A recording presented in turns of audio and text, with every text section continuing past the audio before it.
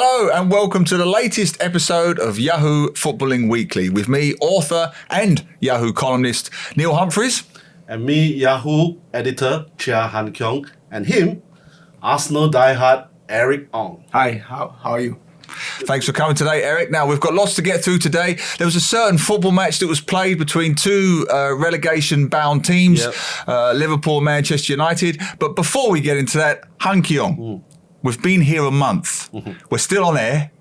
And amazing. Secondly, we're growing, man. I mean, some of our comments last week, they're fantastic. We've got comments coming in everywhere, recurring fans. Tell us some of the comments we got last week. So this SpongeBob short pants, what a handle. He's been mailing regularly to our Yahoo TikTok channel. Yahoo SpongeBob's short pants. Yes. We get the highest caliber of followers. So we talked about Forest Lee in the Lion City Sailors, and then this is what he had to say. Well, he is good for SG football, but how is Lion City Sailors good for Forest Lee? There must be ROI, return of investment.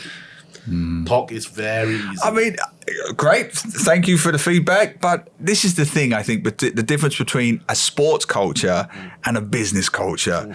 If every football owner over the years only went into a club to make money, there'd literally be 6 clubs left in England. Right? Because most of them lose money, hardly any of them break even. And this is the same all over the world. You don't really go into a football club to make money unless you're buying Man U, Liverpool, Chelsea and so on. Which is why it got a reply from Joe LLLLL.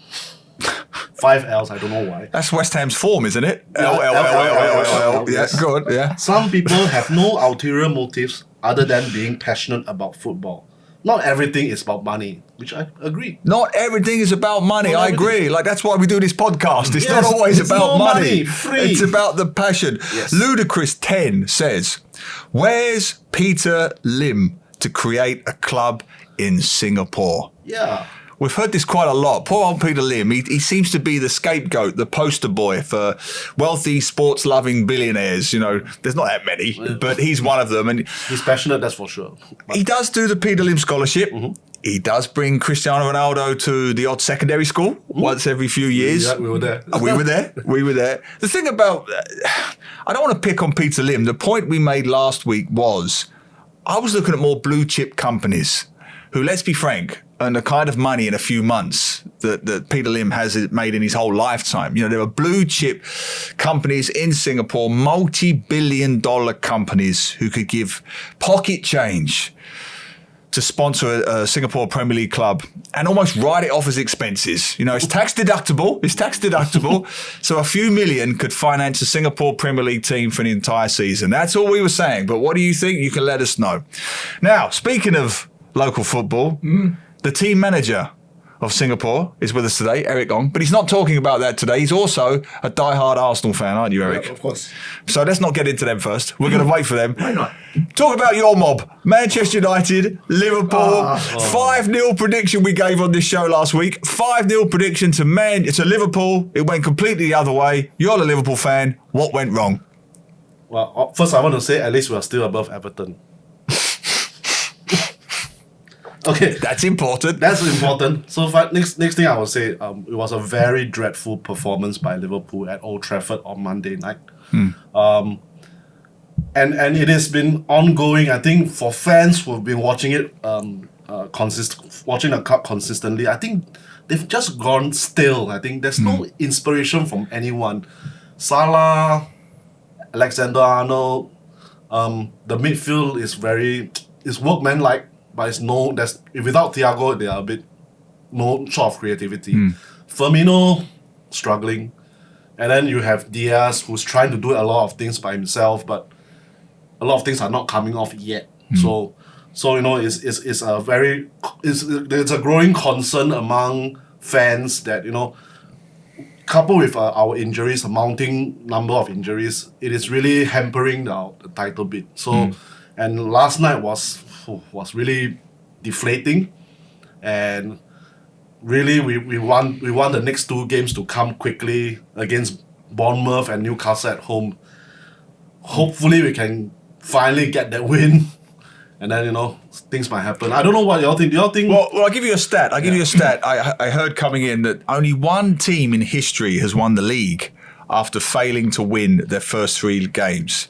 I don't know who it was. I just know it was one team. But injuries: Diego Jota, Thiago, Konate, Oxlade-Chamberlain, Curtis Jones, Matip, Keita, Nunez obviously was suspended. But what was interesting, Keong, Eric, is that nobody used the injuries as excuses because there was just something about the performance, Eric, wasn't there? It was very flat. It was very listless. What did you make of it? It was really flat, I think. But then again, I thought Man U were always going to be up for it.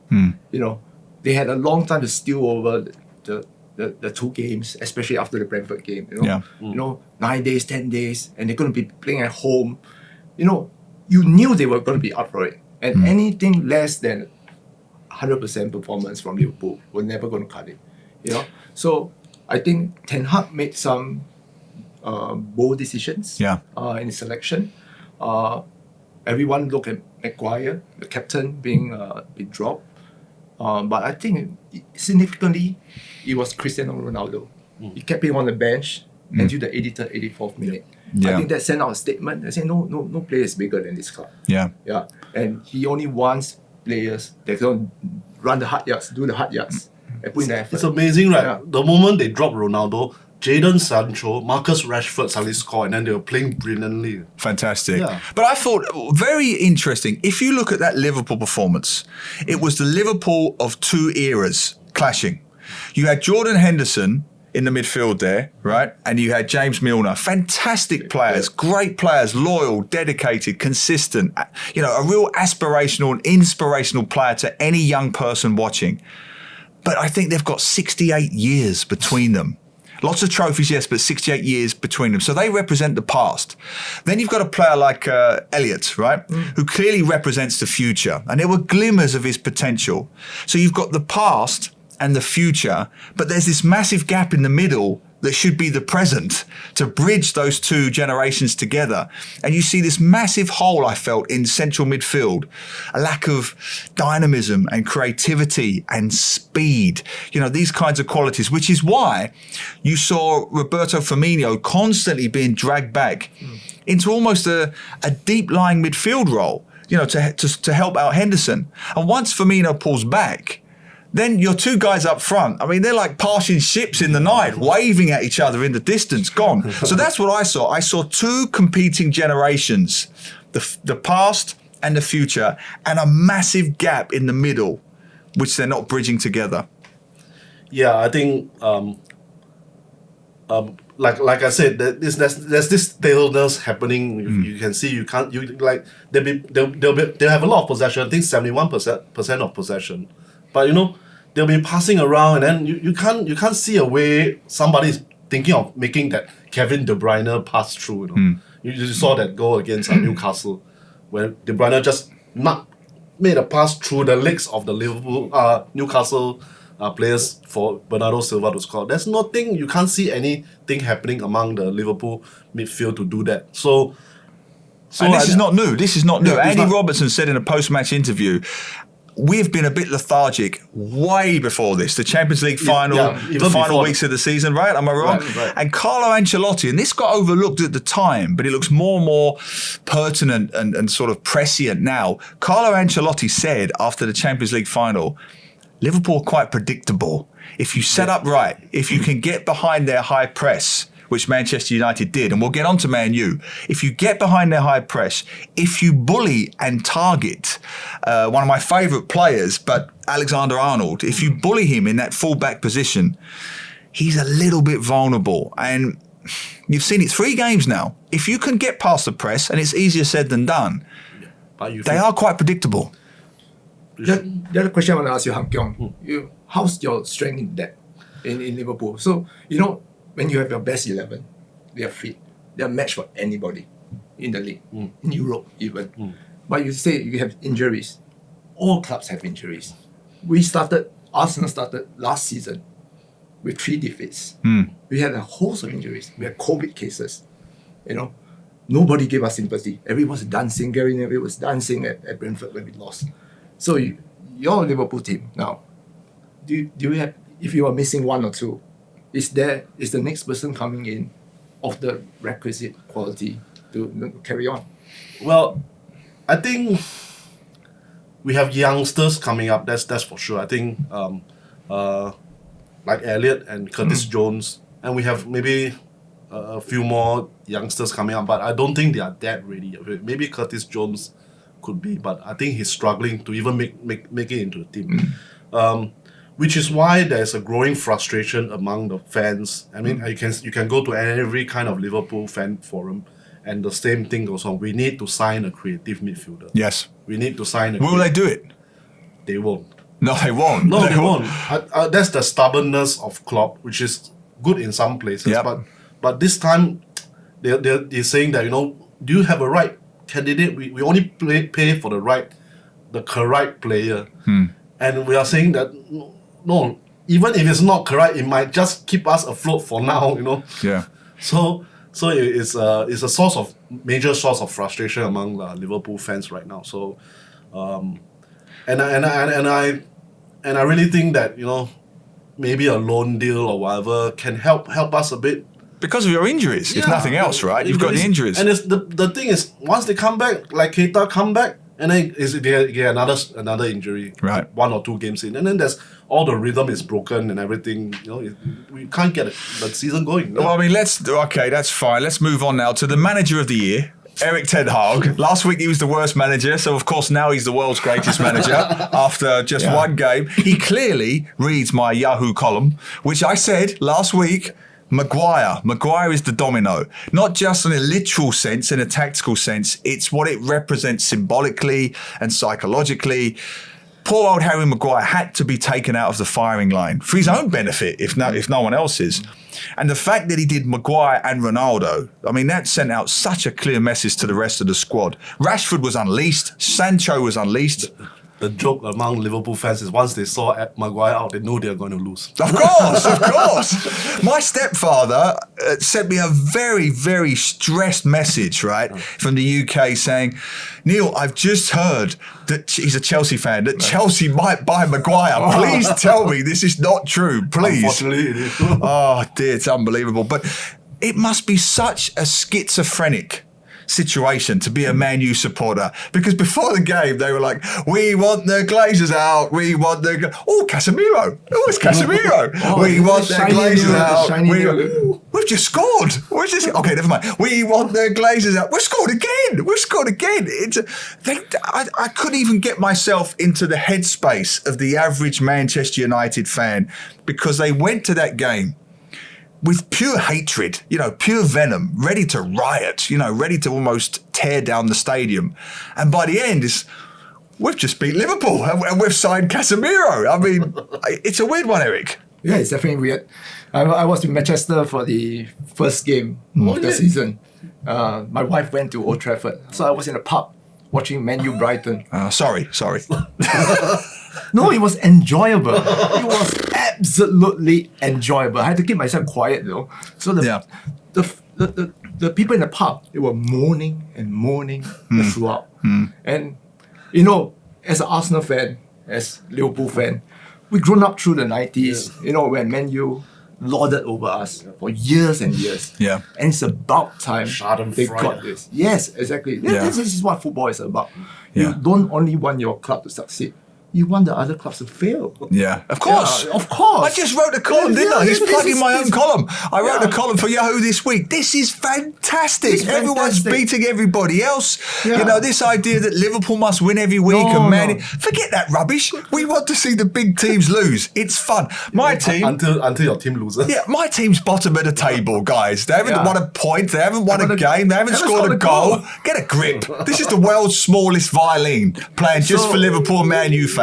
I can hardly contain my indifference to their form at the moment. Wonderful stuff. But hey, what do you think? Tell us what you think. Watch this, Eric. He's got this memorised. If you want to send us a comment about Man U, are they going to make a run for the title? Are Liverpool going to get relegated? Send all of your comments to Yahoo Southeast Asia. Subscribe to our YouTube channel. On Twitter, Yahoo SG, Yahoo_MY. Wow. And on TikTok, Yahoo SEA. Oh, that man Malaysia won underscore MY. Well, that was solid, man. That was a real I pro. recite it in my sleep every night. I was telling Han Keong, when I first came here, that it was probably the worst time to play Man United. Yeah, Yep. I had a feeling. Yeah, But even it was I'm not probably going to the worst pretend time. I said last Yeah, week because yeah. people heard the podcast, but I did say one thing: Man U Liverpool games are not like any other. I know I'm stating the obvious. I never seriously thought it was going to be 5-0, Neither. but there was just something in the air. That you thought this could go really weird. This game. Never thought it would be like that. It was a weird one. It was like All right, then we better move on to this guy's team because Top of they the are table, top top of of the table. Maximum points. Yep. how many goals scored? Nine Goals two scored. goals conceded. And this is the Two clean sheets. unbelievable paradox that I read, Eric. This time last year, Yep. they were bottom of the table. Yep. No points, is that correct? 9 goals conceded, 0 goals scored. Right. Last season. Eric, the floor is yours. How have you done this? Trust the process. No, we don't do cliches on this show, so you can do that again. So, this is something that the club, when I say the club, supporters, the players, management, have to go through a really, really difficult time from the last 3 years, from 2019, from the time Arteta came on. So there's an interesting stat because we played Bournemouth last week. His first game as manager was Bournemouth away in 2019. Right. And in that team, that starting 11, only 2 players. Yeah, I saw there were that. only 3 players on the pitch. Yeah. Granit Xhaka, Bukayo Saka, and Aaron Ramsdale, who was playing for Bournemouth. Then. Yeah. I have to admit, Uncle, I didn't realise that. I didn't Yeah. realise he transformed the team Yeah. so radically, so quickly. And it was a painful process because you do have a group of players, and Edu said it in the summer, he gave an interview. So you got players who are in their mid to late 20s on good contracts, Yeah. comfortable contracts, living in London, great life. But they're not performing. And it's going to be hard to shift them because they're on big contracts. No club's going to pay them. And when you know that they are unwanted goods, no one's going to come in for a fee. Yeah. So we literally had to pay players to leave the club. Right. Okay, people say, why are you doing this? Why are you wasting money? And he said that was an investment. Yeah. Because these players were not the kind of players that Arteta want in terms of the culture. And it of the took club. time, right? It took time. Aubameyang, Lacazette, you had to get these Mesut players. Ozil. You had to get these players off the payroll. Socrates, Mustafi, David Luiz, Yeah, Willian, yeah, all these players.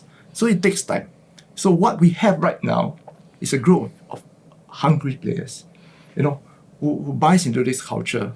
There's the passion, there's the energy, and complemented by a couple of senior players. So we have no players above 30. Granit Xhaka is 30 this year, Thomas Partey 29. But the rest, you look at the front line and all that. Which might work against Arsenal in the long season, maybe because For too sure. young. it did before. For sure. It did last year. But they were right now. They are fresh. They are hungry, and I think last season missing out on the Champions League might be in their favor. Yeah, this year, that's a good point. Because Yes. they suffered. Of course. They suffered a bit, and then now they said we got to get this right. We got to start off well, not like last season three losses to start off the Yeah. season. So we got to start off well, and then you come out all guns firing, all playing well. So the litmus test for this team now is how you overcome setbacks. So with a young team, you got to get setbacks. You got to lose games. You got to lose games that you don't expect to lose. Yeah, Yeah. So against a team like Bournemouth away, 2 years ago, 3 years ago, we might have lost that game. yeah. Yeah. But I'm not sure because William Saliba looks extraordinary. I know it's only 3 games and we all Yes. have a tendency to overhype players and so on. He's 21 years old. He looks, to the manner born, he looks such a natural fit. And it's centre-back. Normally you look at players like Sancho and players like that, young players, attacking players, you think they need a season or two. The centre-back position, usually, you don't hit your peak until your mid to late 20s because it's such a stressful position with so much responsibility. And he has been flawless. 76 passes completed, not one mistake. And then he scores that beautiful goal. Where did that come from? What a player. Saliba is a very interesting story. We signed him 3 years ago for £27 million.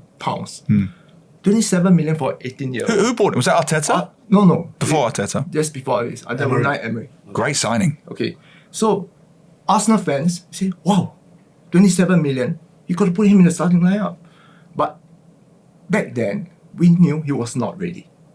Okay? He was not ready. Why Arsenal fans wanted him straight away? Because he is not Mustafi, he's not Socrates, he's not David Luiz. Anyone we think it's going to be better than them. Okay, we just want something different. But Arsenal was going to be patient to probably not what Saliba thought he was signing up for. Okay. So we sent him back on loan to Saint Etienne, to Nice, and last season was the making of Marseille, right? Marseille. Yeah. Young player of the year. In France, called up to the France national team, 5 caps, and he's come back now, he's ready to play. If he had not gone on those loans, And this kid doesn't look raw. He doesn't look No. inexperienced. He doesn't look nervous. There's no reason to drop him or rest him. Or he's there, man. Played himself into he's made himself undroppable. Yeah. Yeah. So he has the presence, the physique, and I saw him live 2 games. Yeah. He doesn't rush into tackles. Yeah. So his positioning, his reading a game ensures that he's probably a step ahead. Yeah. Okay, like you said, it's early days. And with a 21-year-old centre-back, he's prone to mistake. He scored an own goal against Leicester. But, Yeah. but one thing you talk about, the connection now with Arsenal fans. Right. After he scored that own goal, the whole stadium got behind him. It's like, don't worry about it. We got you. What, they even stopped eating their prawn sandwiches to start singing? That's Manchester United. No, but Arsenal is like a morgue compared to... There's something stirring at Arsenal. It's not just this season. Last season, a lot of the away games, especially at away games, there's that connection. Fans really get behind the team, get behind the manager. Now at Emirates, there's a different atmosphere. I've been to Emirates for years. And Right. I've sat through quiet, really quiet times. Yeah. That day, under blazing hot sun, we were singing. Yeah. But are you worried now that Saliba might get sold to someone like Liverpool to replace Virgil van Dijk, who was terrible against Man U? So what's important for Arsenal now? We have 3 players: Bukayo Saka, Gabriel Martinelli, and Saliba. 2 years left on their contract. Priority: extend their contract. Right. So where are they going to go this season? I mean, the top of the table. We're not going to talk league titles yet, but where do you see them finishing? Champions League qualification has to be the bare minimum, surely. So it has to be progress. I think if you look at last season, 5th place was progress. We finished 8th place for 2 seasons running. We started last season 3 defeats, and if you told me this time last year I will end up in 5th, I will cut my hand off for it. Yeah. Yeah. So I think this season, has always been earmarked as a season by Edu, 22-23, as the season that Arsenal has to be competitive.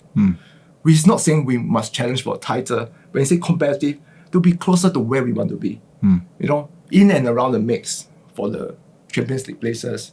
Maybe, and in Europe, in the Europa League, that is the one that we But have I to go wouldn't for. set your targets too short low. because, I agree with Keong I because think at least go for a cup. this reminds me a bit of the season Leicester won the title. Was it 2016? 16, And that was when Arsenal blew it, wasn't it? That was No, Spurs blew it. But you was in the running, right? Until near the end. Yeah, we Right. finished second. That's right. Yeah, you we finished finished second. second. That's right. Spurs Yeah. blew it.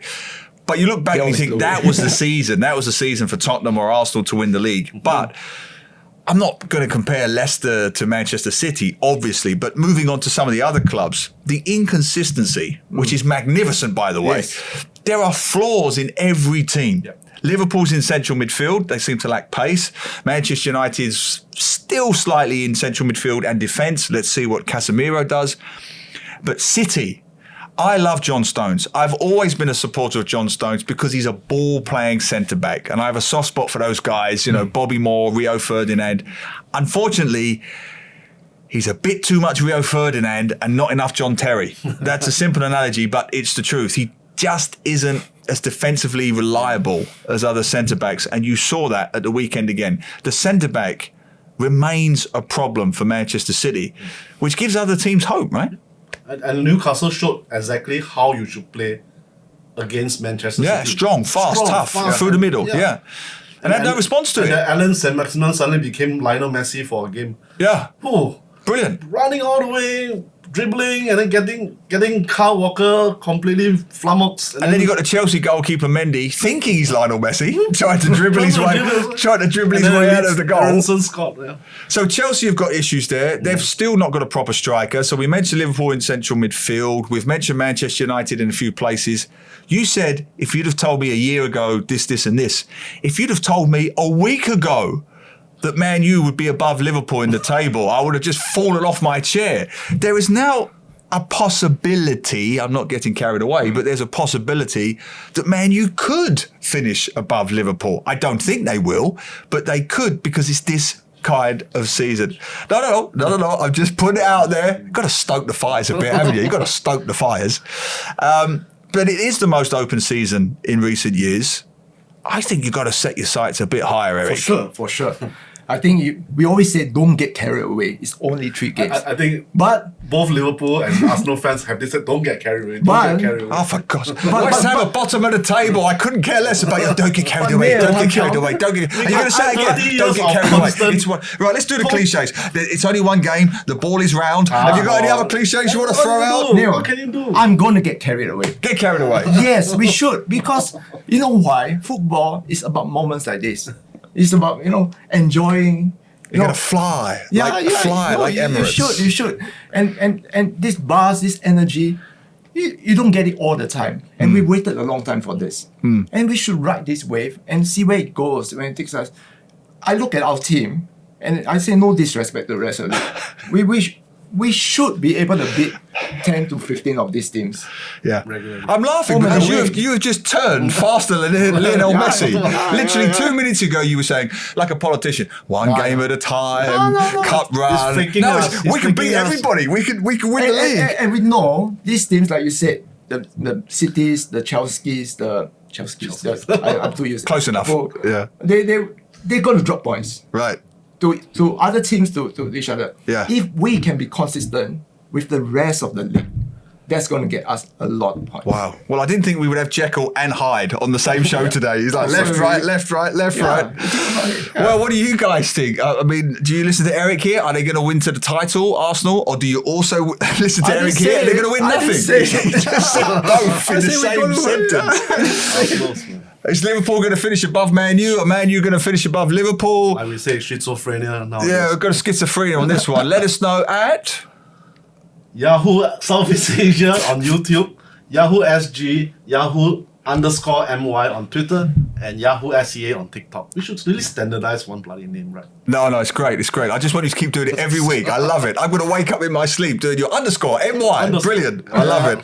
All right, talking about dreamy states at the moment, something positive, keep the mood upbeat. The Fandy boys. We love the Fandys on this show. This is becoming a bit of a Fandy-sponsored podcast. We were the ones, lest you forget, we were the ones who initiated the statue that we're calling for outside the sports hub. You've got connections, Eric. Work on it, Eric. You need to answer, just listen about it. Now he'll stop talking. Now he'll stop talking. But we said in the first week we'd love to see a statue for Fandi Ahmad outside the sports hub. Maybe one day. Yeah. Could be joining his whole family because the boys, they're playing their socks off. Tell us the latest on the Fandi boys. Well, Iksan and Irfan Fandi, the two oldest the sons, they are at this Thai club called BG Pathum United, who have just entered, was in the AFC Champions League, and they are trying, in their last 16, they faced Hong Kong side Kichi. What a name. And then they won 4-0 with Iksan scoring an absolutely brilliant power driver, long-range goal for the second goal. And since they qualify into the quarterfinals, they are the first two Singapore players to represent, to be inside a team in the AFC Champions League quarterfinals. That's a good achievement. It's brilliant. And what we need to be doing is somehow getting hold of that Fandi DNA and sticking it in a sports museum like Jurassic Park and just extract from it for future footballers, right? Extract the DNA. No, it's wonderful. First Singaporeans. That's not all. Yep, that's not all. Okay, those two are doing well. The third son, Ilham Fandi, is also starting to make a name for himself, although in Singapore Premier League is a smaller competition, but still 12 goals in 11 matches since he joined Albirex Niigata which is, if you don't know, and you should, one of the top three sides in the Singapore Premier League at the moment. Champions in the last 5 years. Yeah, Eric, you know all of the boys, obviously, in your capacity as a team manager with the Lions. Well, firstly, I want to know, tell us about the Fandi boys. Tell us about their personalities, their temperament, what are they like? First thing first, all three are very different. Iksan is quite an independent, guy, quite, outgoing. Johan is like a bit of a... Irfan is like, Irfan is sometimes the oldest, oldest, but sometimes he acts like the youngest. Sometimes, yeah. He's a bit of a prankster, and all that. Johan, can be quiet and all that, because especially in the national team, because when he was with us, he's the youngest in the whole squad, So he comes along as a junior player, but on the pitch, they're really brilliant, with their own qualities, with that mentality, that winning mentality. Well, maybe tell us a bit about, because I'm genuinely curious to know. You work with the coaches, the Lions set up at all age groups, so you know the boys. What would you say were their strengths, their skill sets? Because they're very different players as well as different personalities. Well, Irfan is, he plays at the back. He used to play forward first. Yeah, he started as a striker. He started as a striker, so he's converted to a centre back. He's strong, he's physical. He's athletic as well. So he, against even a big striker and all that, he can give it as good as it takes. Iksan has that nose for goals. I think he has that hunger to score goals. He wants to be there to be scoring. Yeah. Johan is quite I won't say he's like Iksan. He plays up front as well. He's more skillful or something. I don't think it's fair to say one is more skillful than the other. I don't think that's right. All of them have their own attributes. Johan he's got creative. good vision, good creative. Vision. He has an eye for a pass as well, but he has shown he can finish. So I think these three of them going to have a key role in our national teams for years to come. So obviously we want to see them continue to develop. Do you think a stint in Europe, like one of the leagues? That's what I was going to say. One of the leagues, maybe not the top tier English Premier League, but maybe Belgium or Swedish league or for sure. Austria league. I think Iksan showed when he was in Norway for 3 seasons that he could play in Europe. He's playing in BG now with Teresil. For Valencia? No. What team was that? Was it Malaga? Malaga, yeah. Malaga, in Spain. So if someone like Teresil can play in Spain, for sure, Iksan, Johan, Irfan can play in those leagues. 100%. But we don't have to look just in Europe. There are better leagues in Asia to begin with. Which is why I think Ilan in LB Rex is a good thing, because you get a connection.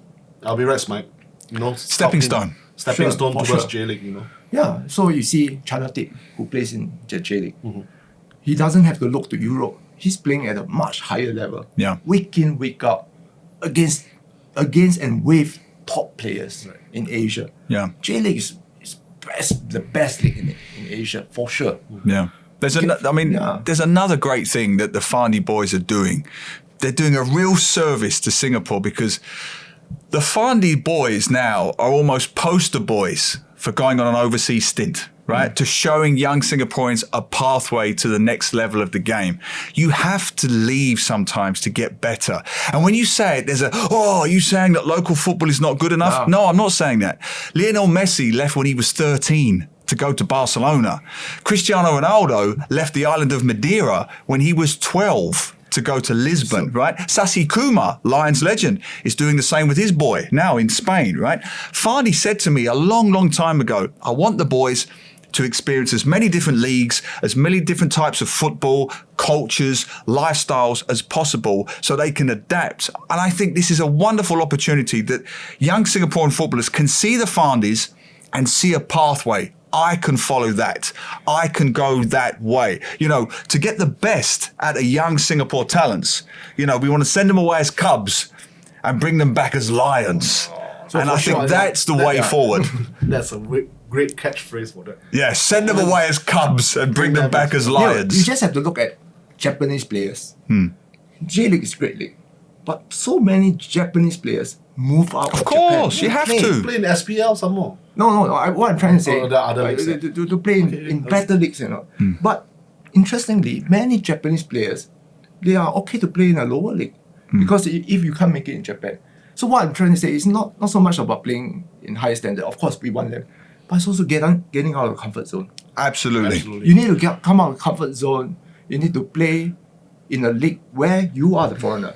Yeah. And everyone is looking at you, and you need to keep your standards to play that level week in, week out. And I think Fandi has the thing is like that time he didn't want to get out of the comfort zone and join Ajax, right? Yeah. And then he still do well. He went Groningen and then he joined Inter Milan for a while. Yeah. That's a great point. Yeah, That's a great point. I think he felt that his boys should be even Great more point. than him. Great point. In fact, he said it. He said it publicly. He said it to me. I'm sure he said it to you. The biggest single regret of Fandi Ahmad's life and career is he didn't stay in Ajax. Yeah. Everybody knows that, and he doesn't want to repeat that with his children. He's given them every opportunity. He used to speak to me when they were kids, when they were like 8, 9, 10 years old. And the kids have gone a long way. They went to Chile for Santiago. I think they had a little thing with Arsenal, right? They've had little trials in Arsenal. I know he's had things in Arsenal and a harsh climate in Norway. Exhibitions and camps and things like this. They've been all over the place. You have to do it. We have to get Singaporean kids out of their comfort zone. We have to toughen them up.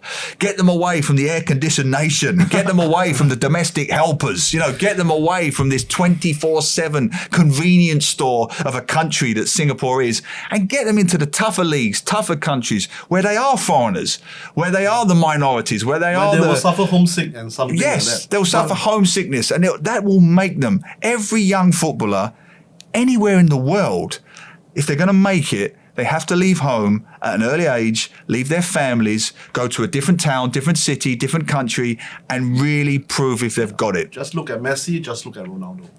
So these boys, they have it. They're driven. So you asked me to describe them. They're driven. They want to succeed in football. And I hope that they can achieve.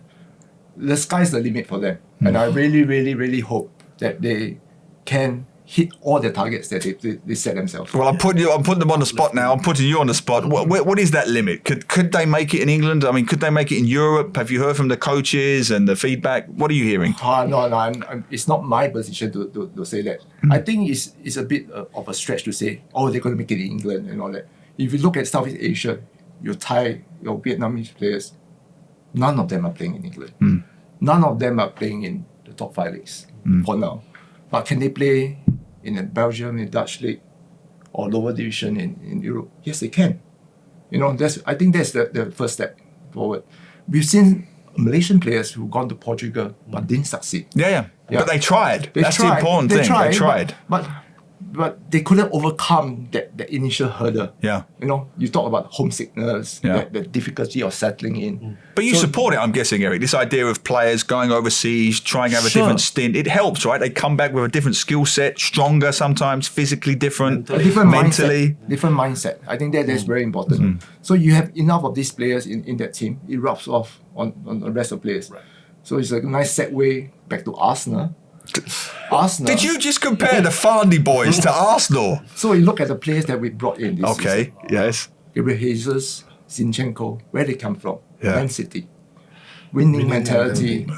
You see. Winning Smooth. mentality. You see, he did that. He Winning slipped it mentality. in. That's why he's the team manager of the Lions. He just segued back beautifully. What is the saying? A rising tide raises all boats. Whoa, a career in politics beckons for Mr. Ong after this podcast. Everything in politics. It comes to lions and boats and tides and eloquence. Right, we bring a different gravitas to this podcast. So this is where we are, and I really, really hope for the best for them. And on that intellectual note, which I can't possibly compete with, what do you think? Do you think our Singapore boys, our local Lion Cubs, should go overseas for a foreign stint, Southeast Asia and elsewhere? Finally, let us know all your comments and questions about the Fandis, about local talent. I'm only doing this because I want him to do it again. 3 times every. Send all your comments and questions to Yahoo Southeast Asia on YouTube, Yahoo SG or Yahoo_MY. on Twitter and Yahoo SEA on TikTok. That's my favourite one. That's my favourite one. Well, thanks, Eric, for coming in. It's been an absolute pleasure. It's really fun. Good luck to next game against Fulham. Yeah, I think good luck. You'll probably lose. It's that kind of season. three games is enough. Yeah, I don't care. West Ham are bottom. That's all you need to know. West Ham are Liverpool bottom. Who's Liverpool West fans. Ham got this weekend? I don't even know. I barely care. Who's West Ham got this I don't weekend? care. He doesn't care. I don't know. They'll still be bottom after the game. Liverpool have Bournemouth, so But we are a top podcast, and that's all you need to know. And without you, we're just three guys moaning. So thank you very much for watching. Do join us again at the usual places, same time, same places next week. Thanks for watching. see ya. Cheers.